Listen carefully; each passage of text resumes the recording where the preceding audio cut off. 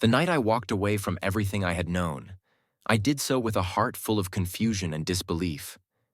I had always considered myself to be a patient and understanding man, but nothing could have prepared me for what I found. We were married for 3 years, and every single day had been a promise we made to each other, a promise that had felt unbreakable. Or so I thought. Her name was Maya. She was everything I ever wanted in a partner. Beautiful, kind, and intelligent. I loved her deeply with every ounce of my being. But that night, all the love I had for her crumbled as I stood there in the doorway of our home, looking at her in the arms of another man. I had walked into the living room expecting to surprise her with flowers and a quiet evening, just the two of us. Instead, I was met with the worst shock of my life. She, my wife, was in a passionate embrace with a man I had never seen before. I stood frozen for a moment, unsure if my mind was playing tricks on me. Maybe I had walked into the wrong house. Maybe it was some sort of cruel joke. But it wasn't. It was real. And it hit me harder than I could have imagined. The guilt, the betrayal. It was as if everything I had ever believed in had been a lie. I watched them, unable to move, as Maya looked up and caught sight of me standing there, her eyes wide with fear and realization. In that instant, I knew she wasn't sorry for what she'd done. She was sorry because I had seen it. Maya, I managed to whisper, my voice shaky. It was the only word I could muster. The man she was with quickly stood up and backed away, his face flushed with embarrassment or maybe shame. But it didn't matter. He wasn't the one I loved. He wasn't the one who had broken my heart. I felt a rush of anger and pain fill my chest, and for a moment, I thought I might explode. But I didn't. I didn't raise my voice. I didn't shout. I simply turned and walked out. My legs felt like lead, but I forced them to move. I didn't look back. I couldn't.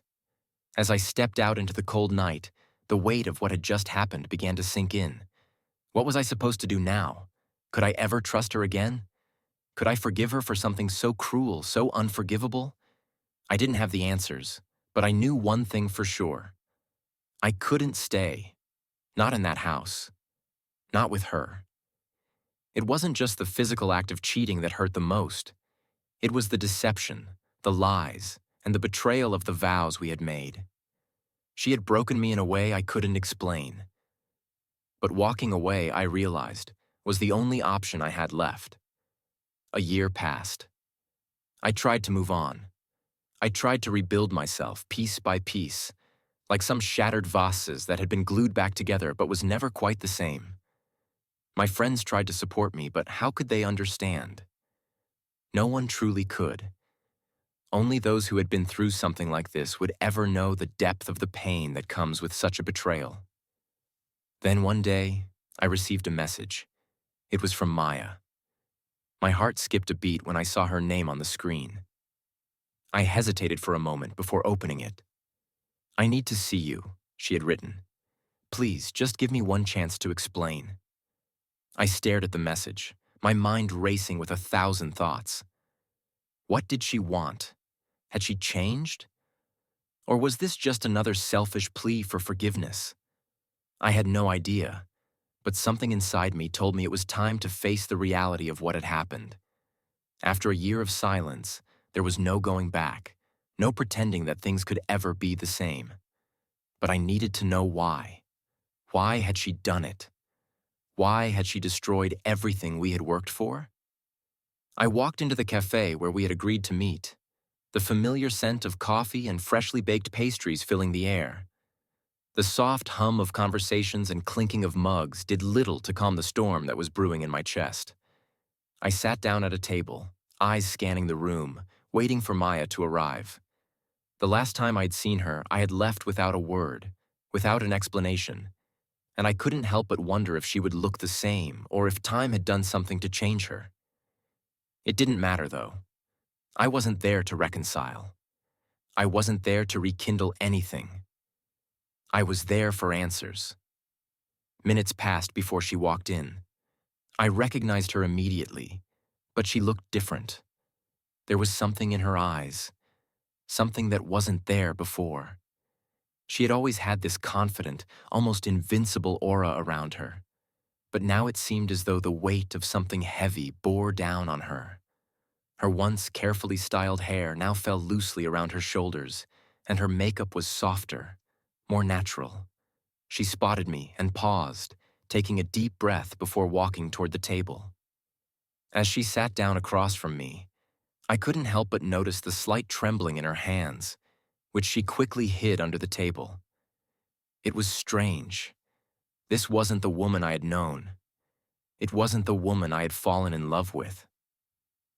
"Maya," I said, quietly, keeping my gaze steady, trying not to let the emotions that had been bottled up for the past year seep through. "Hi," she whispered, her voice small, almost fragile. She wasn't looking at me, not directly. Her eyes shifted to the side, as if she couldn't bear to meet my gaze. I knew then that the guilt had never truly left her. She was carrying it with her, just as I had been. "Why?" I asked, my voice barely above a whisper, but it was enough to make her flinch. "Why did you do it? Why did you betray me like that?" She blinked rapidly, as if the question had caught her off guard, but I could see the tears forming in her eyes. She quickly wiped them away before they could fall, trying to maintain some semblance of control. I wanted to feel something, anger, frustration, anything, but all I felt was exhaustion. The pain of that moment when I'd walked away had drained me, leaving me hollow. I I don't know," she started, her voice shaky. "It wasn't planned, okay? It was a mistake, a huge mistake, and I've regretted it every day since." I could hear the guilt in her voice, but I wasn't sure if it was for what she had done or for the fact that she had gotten caught. I leaned back in my chair, crossing my arms over my chest. "Do you even understand what you've done, Maya?" I asked, my voice growing cold. "You didn't just hurt me. You didn't just destroy our marriage. You destroyed everything I believed in. I trusted you with my life, with my heart, and you threw it all away for some random fling. You lied to me every day. You hid it all from me. How do I even begin to forgive something like that?" Her face crumpled then, her lips trembling as she fought to keep her composure. "I was lonely," she said quietly, as if the words had escaped her before she could stop them. "I know it's no excuse, but I felt like we were drifting apart, like we weren't connecting anymore. And She trailed off, looking down at her hands. I felt a sharp pain in my chest, but it wasn't from anger. It was something deeper, something far more painful. The realization that she had felt so alone in our marriage, that she had thought I wasn't there for her, hit me harder than I had anticipated. "You could have talked to me, Maya," I said, my voice softer now. "We could have worked through it. We could have fixed things. But instead, you chose to go behind my back. You chose to betray me." "I'm sorry," she whispered, her eyes finally meeting mine. And for the first time, I saw something I hadn't seen before. Genuine remorse. "I'm so sorry for everything. I never wanted to hurt you. I was selfish, and I've regretted it every single day. But I understand if you can't forgive me. I understand if you can never look at me the same way again." I didn't say anything at first. The silence between us felt suffocating, and for a moment, I wasn't sure what I was supposed to feel. Was I supposed to feel sorry for her? Was I supposed to feel empathy? I wanted to forgive her. I wanted to believe that people made mistakes, that we could rebuild, that love could somehow survive such a betrayal. But my heart couldn't forget the pain. It couldn't forget the image of her with another man, the person I had trusted the most in the world. "I can't," I said, my voice steady but heavy. "I can't forgive you, Maya. Not right now. Maybe not ever." Her eyes filled with tears again, but this time, she didn't try to hide them. "I understand," she whispered. "I deserve that. I ruined everything, and I can't change it. But I just needed to tell you how sorry I am. For what it's worth, I truly loved you. I still do." I looked at her, searching her face for any sign of the woman I once knew. But all I saw was someone who had made a mistake so big, there was no coming back from it. "Goodbye, Maya," I said quietly, standing up from the table. As I turned and walked away, I felt something inside me shift. Not relief, not closure, just a sense of finality. Whatever we had, whatever love we shared, had died that day. The days following that meeting with Maya were a blur. I tried to throw myself into work, to focus on anything that would keep my mind occupied and away from the painful memories. It wasn't easy. How could it be? My life had been built around the idea of us, the two of us together, growing old, facing the world as a team. That image was shattered, and no matter how many distractions I sought, the pieces of it continued to haunt me. I spent my evenings alone, walking through the empty spaces of my apartment, feeling the silence press in on me. It wasn't just the physical emptiness, but the emotional void left by the woman I had loved. How could she have done that to me? How could she have destroyed everything we had so easily? The anger would surge inside me at times, like a wave crashing against the shore. But there was also a deep, unsettling sadness that I couldn't shake. One evening, as I sat on the couch, scrolling through quietly, keeping my gaze steady, trying not to let the emotions that had been bottled up for the past year seep through. "Hi," she whispered, her voice small, almost fragile. She wasn't looking at me, not directly. Her eyes shifted to the side, as if she couldn't bear to meet my gaze. I knew then that the guilt had never truly left her. She was carrying it with her, just as I had been. "Why?" I asked, my voice barely above a whisper, but it was enough to make her flinch. "Why did you do it? Why did you betray me like that?" She blinked rapidly, as if the question had caught her off guard, but I could see the tears forming in her eyes. She quickly wiped them away before they could fall, trying to maintain some semblance of control. I wanted to feel something, anger, frustration, anything. But all I felt was exhaustion. The pain of that moment when I had walked away had drained me, leaving me hollow. I don't know," she started, her voice shaky. "It wasn't planned, okay? It was a mistake, a huge mistake, and I've regretted it every day since."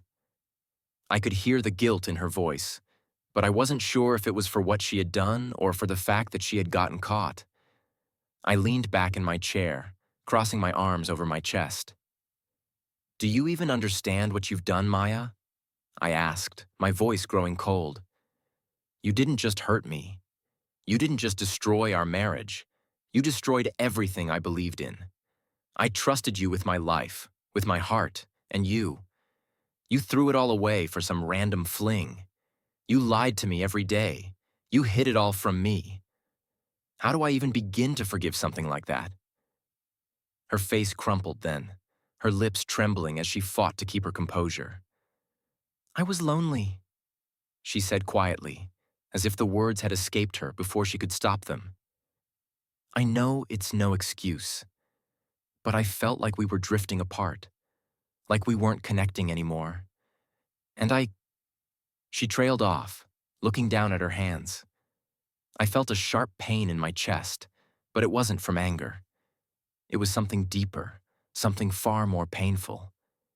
The realization that she had felt so alone in our marriage, that she had thought I wasn't there for her, hit me harder than I had anticipated.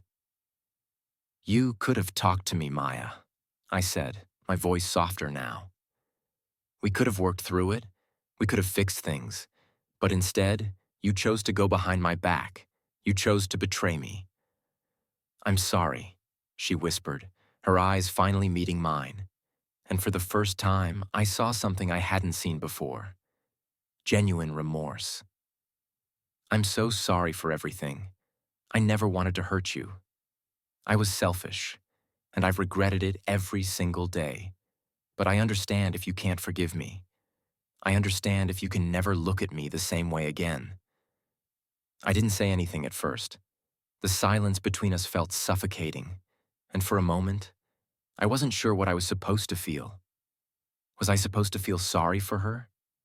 Was I supposed to feel empathy? I wanted to forgive her.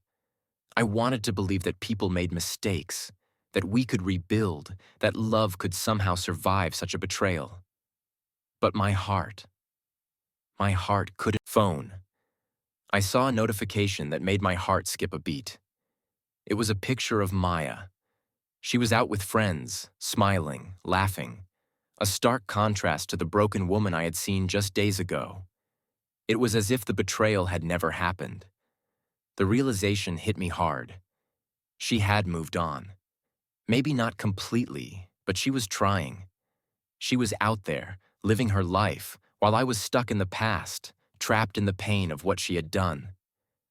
I closed the app and tossed my phone aside, feeling my chest tighten. What did I want? Was it closure? Revenge? Or was it just the desire to know that she felt the weight of what she had done? The questions swirled in my mind, but none of them offered the comfort I sought. There was nothing that could make it better. Nothing could undo the damage she had caused. A week later, I received another message from her. This time, it was short, but it carried the weight of something more urgent, more personal. "I've been thinking about us," she wrote.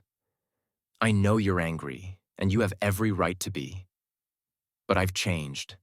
I want to make things right. I'll do whatever it takes." I stared at the screen for what felt like an eternity. Her words were pleading, desperate even, but I didn't know if I could believe her anymore. A part of me wanted to respond, to ask her what had changed, to demand some kind of explanation for how she could destroy the life we had built together. But another part of me, the part that had been shattered and rebuilt in the last year, was telling me to let it go. I didn't respond right away.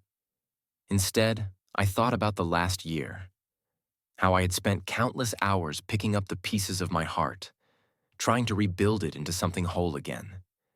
And yet, with a single message, Maya had the power to undo all of that work. Days passed, and still I couldn't bring myself to reply. I thought about everything I had learned in the past year: how to be strong on my own, how to trust myself again, how to find peace within the chaos of my own emotions. And now, here she was, offering me the chance to step back into the storm. Could I go through it again? Could I risk the pain, the heartache, for the chance that maybe, just maybe, we could fix what was broken? One afternoon, I decided to take a walk, to clear my head. The air was cool and crisp, and the sun hung low in the sky, casting a golden hue over the streets.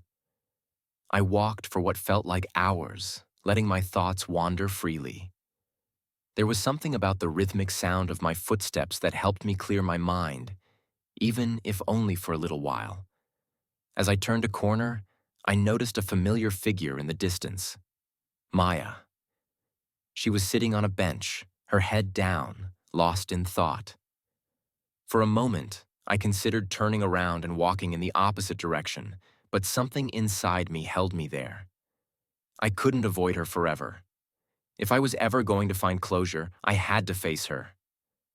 I walked toward her slowly, my heart pounding in my chest. As I approached, she looked up, and for a brief second, our eyes met. There was a quiet sadness in her expression, a vulnerability that was new to me. "I didn't expect to see you here," she said softly, her voice low. I didn't know how to respond at first. I had so many emotions swirling inside me: anger, confusion, disappointment. But most of all, I felt an overwhelming sense of loss. "Maya," I began, my voice steadier than I expected.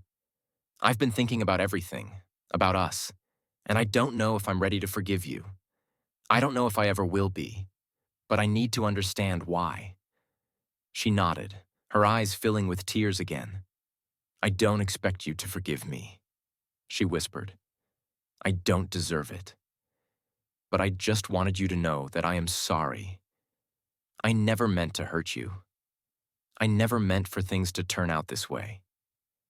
The words hung in the air, heavy with regret and longing. But I knew something had shifted inside me. I wasn't angry anymore, not in the way I had been before. I wasn't holding on to the rage that had consumed me. "You hurt me, Maya," I said quietly, my voice almost breaking. "You hurt me in a way that I can't easily forget, but I can't keep holding on to this anger. I need to move on. I need to let go of what we had." Maya wiped her eyes, nodding in silence. There was nothing more to say, nothing that could fix the past or change what had happened. We were both different people now, and we had both suffered because of the choices she had made. I turned to leave, taking one last look at her before walking away. The air felt lighter now, not because everything had been fixed, but because I had finally made the decision to stop letting her hold power over me. It wasn't closure. It wasn't forgiveness. It was something else. Something I couldn't quite name. But for the first time in a long time, I felt like I could breathe again. It's strange how time can change you. A year ago, I was a man consumed by rage and betrayal, my world crumbling under the weight of Maya's actions. I had felt lost, unsure of who I was without her by my side. But with every passing day, I began to rebuild. Slowly, piece by piece, I found myself again. I learned to appreciate the quiet moments, the small victories, things I had taken for granted when I was with her. Maya had always been my world, but as I walked away from her that final time, I realized I had to find my own path. It wasn't easy. There were days when I missed her terribly, when the silence of my apartment seemed too loud, too suffocating. But I had learned to fill the space with something else: strength, independence, and a sense of self that didn't depend on anyone else. I had been avoiding her messages, avoiding any further contact because I knew that engaging with her would only bring back the same pain I had been trying to escape. But it wasn't just her. It was the person I had become in her absence. And I knew, deep down, that I couldn't let her back in, no matter how much she begged for forgiveness. Months passed, and I settled into a routine. Work kept me busy, and my friends, who had been my lifeline through it all, reminded me of the man I used to be, the one who could live without depending on anyone. I wasn't a broken man anymore. I had learned to stand on my own 2 feet. Then came the day when I saw the notification. This time, it was different from all the others. Maya's name appeared on the screen, but there was no message, no plea. It was just a picture of her, a candid photo taken outside the same cafe where we had met. She was sitting alone at a table, the soft light of the setting sun casting a warm glow around her. She looked peaceful, content even, as if she had finally found something worth holding on to. I stared at the photo for a long time, wondering what it meant. Had she found the closure she needed? Had she found peace, just as I had? For a moment, I felt a pang of something. Regret, perhaps, or longing, but it quickly passed. It was the last piece of the puzzle falling into place. The message that followed was simple. "I hope you're well," it read. "I hope you found happiness." I didn't respond. There was nothing left to say. Her message wasn't a request for forgiveness or a plea to rekindle something that had long since died. It was an acknowledgement of the distance that had grown between us. She had moved on, just as I had. For the first time in over a year, I felt a strange sense of peace. Maya and I had once shared everything, but now we were strangers. Two people who had once loved each other but had been irreparably changed by the decisions we made. I walked away from that chapter of my life, not with hatred or bitterness, but with a quiet understanding. Sometimes, love isn't enough to keep two people together. Sometimes the hurt is too deep and the trust is too shattered to repair. But that doesn't mean we can't move forward. I hadn't realized it at the time, but Maya's betrayal had given me something precious: freedom. It was the freedom to be myself again, to trust myself again, to live for me and no one else. As I closed my phone and set it aside, I felt lighter than I had in months. The past was the past, and I had no intention of letting it define me anymore. I had walked away from Maya once, and that was the last time I would ever look back. The future was waiting. And for the first time in a long time, I was ready to face it. How would you have handled the situation if you were in the protagonist's shoes? Would you have given your partner a second chance? Or would you have walked away like he did? Do you believe that people can truly change after betraying someone they love? Or is it always too late? What do you think is the most important lesson that the protagonist learned from this experience?